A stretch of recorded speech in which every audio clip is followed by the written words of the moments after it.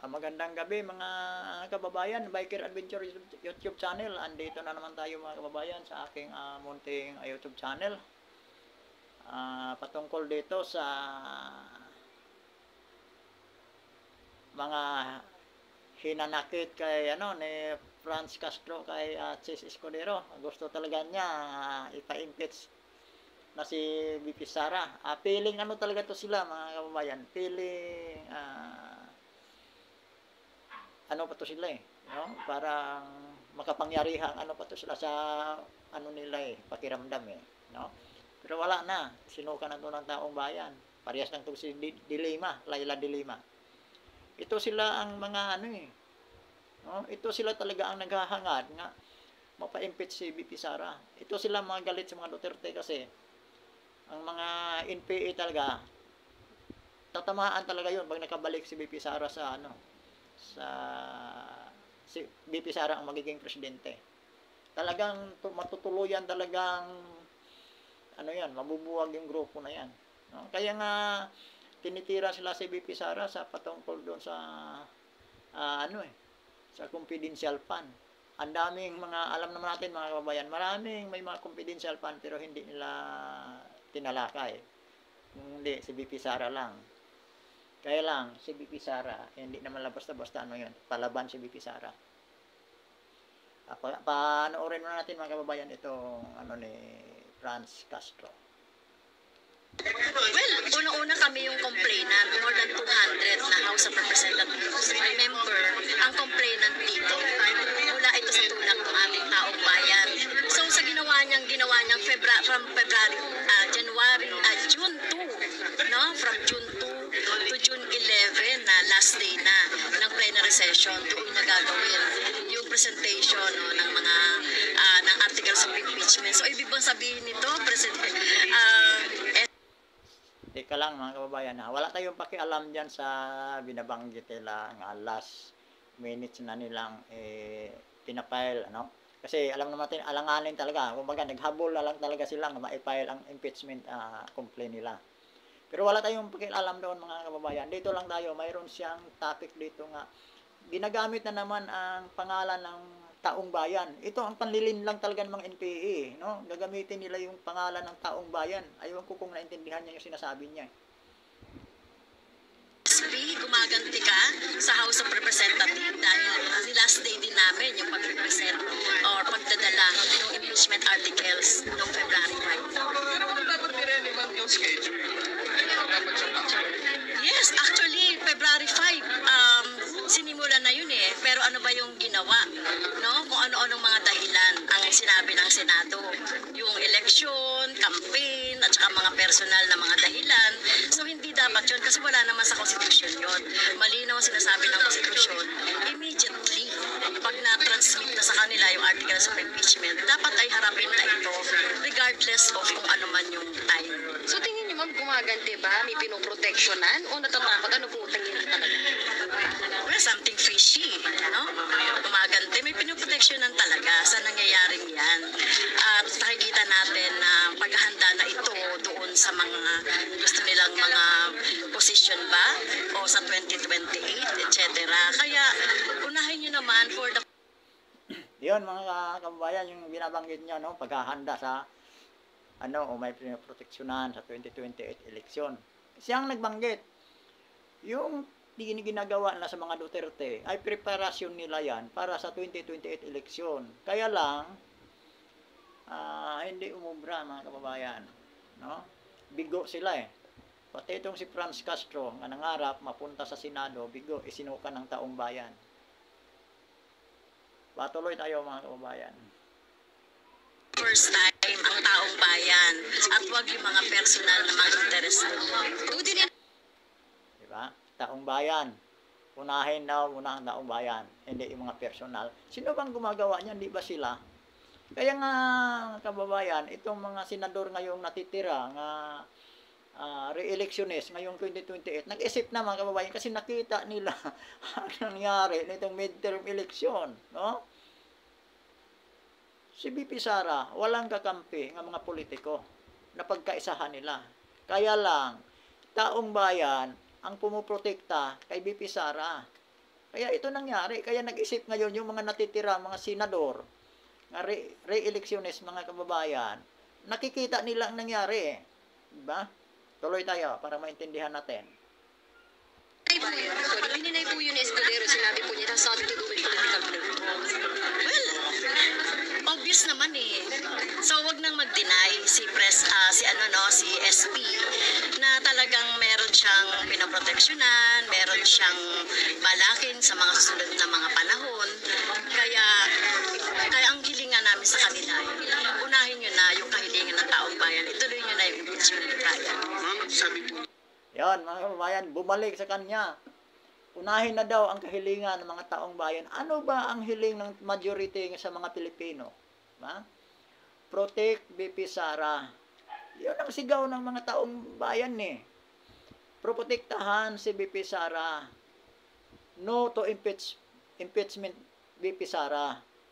Ang ginawa nitong mga ito, sila ang mga representante daw kuno ng taong bayan. Pero anong ginawa nila? Diba? Yung pumipirma sa impeachment ni BP Sara, marami sa kanila ang napunta sa kangkungan. Galit ang taong bayan sa mga representative nila. Ang sigaw ng taong bayan, protect BP Sara. Pero ang mga congressman na nagdala sa busis ng taong bayan doon sa kongreso, pinipirma ang pag-impeach ni BP Sara. Kaya galit ang taong bayan. Yan ang nangyari. Ito, isa din to. Diba?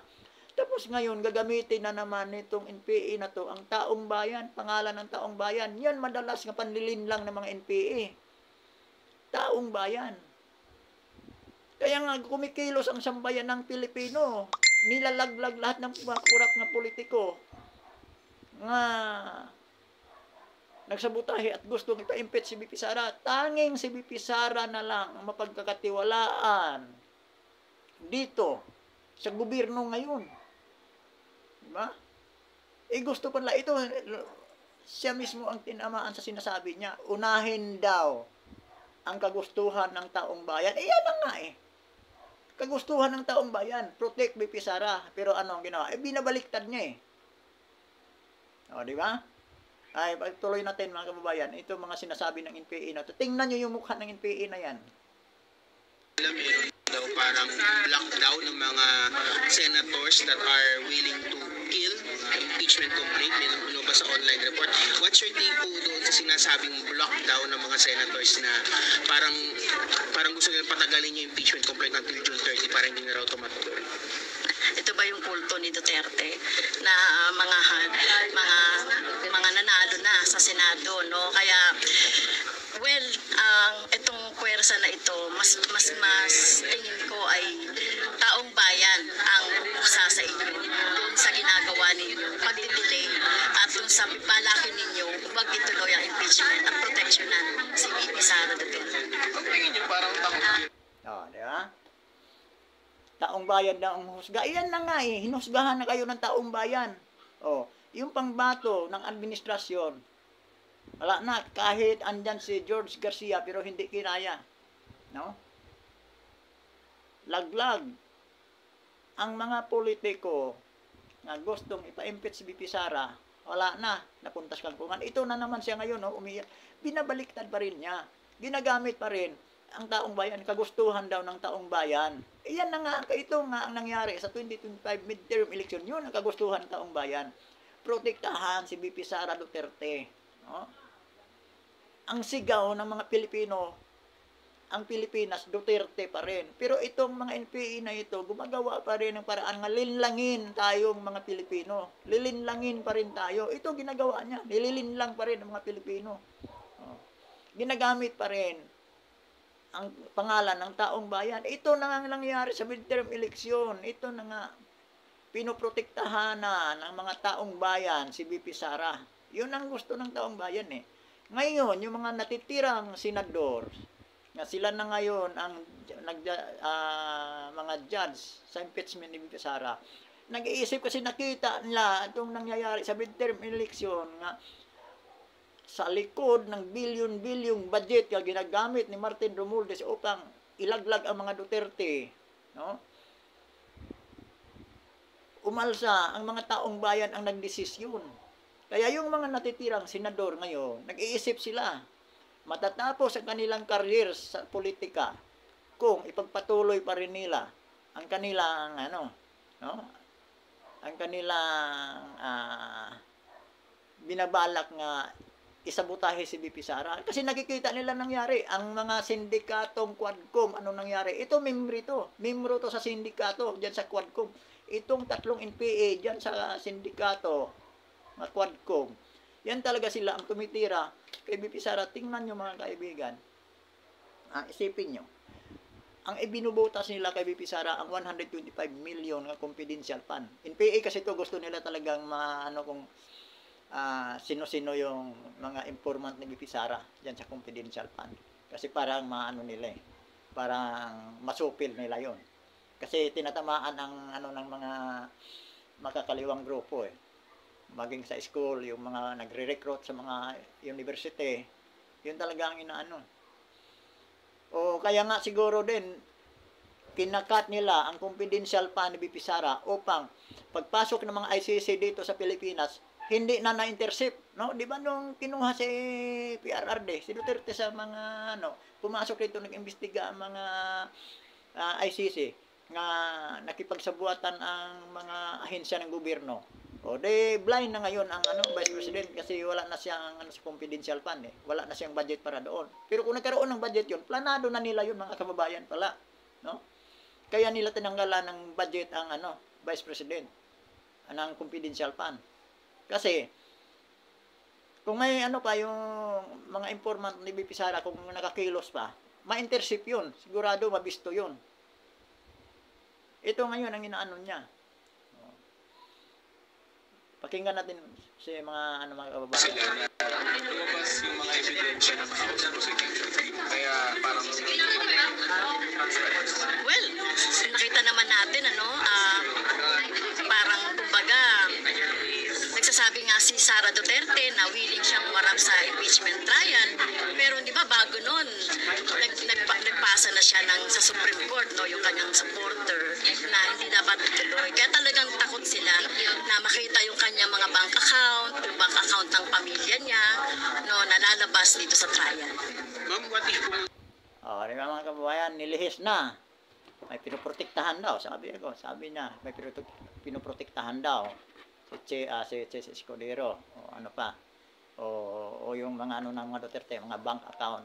Alam nyo, kung mayroon mang kinakatakutan si Escudero, o yung iba pang diyan natitirang mga hindi natanggal ng mga corrupt ng mga politician. Kasi gusto talaga ni BP Sara bloodbath no? Harap talaga sa impeachment. Pag nagkalapagan ng mga matitibay nga ebidensya, alalahanin natin yung sinabi ni BP Sara.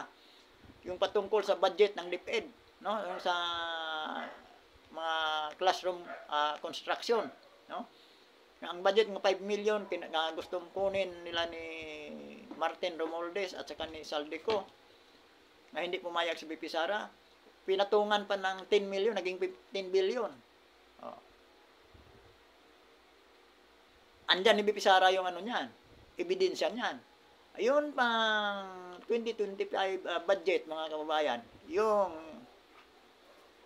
blanco nga pinirmahan, nakapirma si Escudero. May marami pang senador nga nakapirma. Sa tingin nyo, ito sila, kung magkatuluyan yung impeachment, sigurado ba kayo paliligtasin ni BP Sara to? Hindi mga kababayan. Takot sila dyan. Kaya ang mga natitirang senador nga re-electionist ngayong 2028 national election, mga kababayan, no? Presidential election. Talagang hindi na to sila pipirma, magbabaliktad na to. Magiging kakampi na to ni BP Sara o sa mga Duterte. Outnumber na ngayon ang administrasyong Marcos sa Senado. Outnumber na sila. Kaya wala nang mangyayaring impeachment. Kaya itong NPA umiiyak na. Kung ano-ano nang sinasabi. Kasi kung magkalapagan ng ebidensya, kaya nga sabi ni BP Sara, gusto niya, bloodbath impeach kung impeach. Diba? Basta gusto niya, handa na siya. Kaya tatawa-tawa si BP Sara, nininervyos ngayon ang administrasyon. Ni si Marcos nga. Parang ayaw na rin daw niya, wala daw siyang interes sa impeachment ni VP Sara. Puno ng ebidensya ang kampo ni VP Sara. Ito, mga NPA na to, puro lang sila, puro silang black propaganda tactic. Ginawa pa nila yon noon pa yung gawain mga NPA. Mga black propaganda tactic nila. Sisirain nila ang sa publiko sa mamamayang Pilipino. Kaya lang gising ng mamamayang Pilipino ngayon. Hindi na nila madala. Kaya ito, kung ano-ano pong sinasabi nila, unahin daw kagustuhan ng taong bayan. Ito na nga ang kagustuhan, sinisigaw ng taong bayan. Protect VP Sara. Oh. Protektahan si VP Sara. Ito ngayon. Palalabasin pa rin niya nga sila ang mga santa itong mga na to. Ito, may kaso nga itong lintik na to. Hanggang hindi pa nakulong. Aywan ko lang pag si VP Sara ng presidente, talagang hahalongkatin natin to. Kailangan makulong talaga itong animal na to May lumabas pong ruling ng Supreme Court on the impeachment trial na sabihin natin na against doon sa push natin to push sa trial. Ano po masasabi po ninyo doon? What if nangyari nga yun? Well, sana naman walang ganon, no? Dapat ay mag-persist yung kung ano yung sinasabi ng Constitution. Ma'am, si Akbayan Party List Representative Sendanya, sinabi niya na parang may tanong siya, konstitusyon ng konstitusyon ito, wala naman siya lahat ng alam sa konstitusyon Lahat ng nalalabag nila Yung ang proseso sa impeachment ni VP Sara, yung pag-file nga nila hindi na nila nasunod Di ba? Marami silang sinusurkat. At saka yung pagpirma ng mga kaya umabot sila ng 200. Di ba? Ba sa konstitusyon yung babayaran mo yung para lang pipirma i-hostage nyo ang mga proyekto para lang doon sa impeachment ni VP Sara. Diba? Kasi si Martin Romualdez, malaki ang ambisyon ng magiging presidente, kaya dito, nakipagsabuatan sa mga NPA na to. Itong mga NPA na to, gusto rin nila mapigilan ang mga Duterte makabalik sa Malacanang. Kasi pag Duterte na uli ang mamuno, maliban sa mahinto yung pangungurakot nila, ang operasyon ng mga NPA sa kabundukan, pulbos na naman yun. Naghihingalo na yun, kaya lang ngayon, dahil medyo talaga, may pagkalawsi atong ating Commander-in-Chief. Ayan, unti-unti na naman sila ngayon nagpapalakas. Medyo hindi sila nagwagi sa pagbuwal nila sa mga Duterte, kay VP Sara. Kaya ito ngayon, umiiyak na. as Escudero kay VP Sara. Do you share the same sentiment? Well, tingin ko yung takot na yan ay palagay ko pwedeng maging totoo yan, pero ang tinitingnan ko dyan ay yung mga personal interest ng mga senador, ang personal interest ng mga How about si VP? Ayan mga kababayan, personal interest na daw ng mga senador. Kasi no choice talaga mga senador. Kung ipipilit nila ang impeachment, marami sa kanilang tatamaan. No?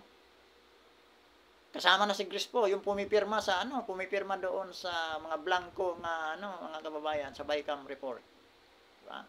Sa tingin nyo ba hindi ilalatag yan ng mga Team Duterte? Itong kalaswaan ang ginagawa ng gobyerno ngayon? No? Yung mga ginagawa ng gobyerno ngayon, nga kawalaan ng mga Pilipino yun. Kawalaan ng bayan yun. Nilimas nila ang pira ng bayan. Pero wala silang nagawang proyekto.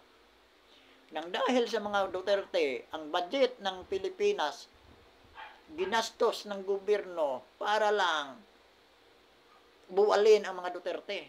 Biro mo, napakaano talaga sa mga Duterte. Ginagastusan ng bilyon-bilyon pira ng bayan upang maiwas out lang ang mga Duterte. Iyon talaga ang ngayon. Ito ngayon, umiiyak na mga kababayan.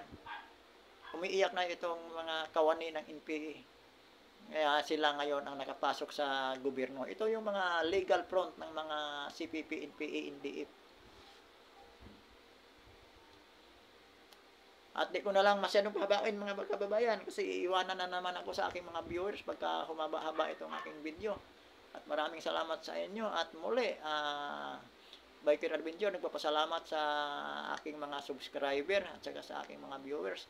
At mga kababayan, itong sa aking mga subscriber, baka pwede pakipuntahan nyo na rin yung aking isang channel, yung Pet Lovers, Edwin Siron, Pet Lover.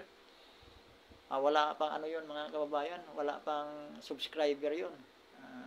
Gusto ko mag-live doon sa isang channel ko. Kasi mga alaga yun, mga alagang hayop, mga kaibigan.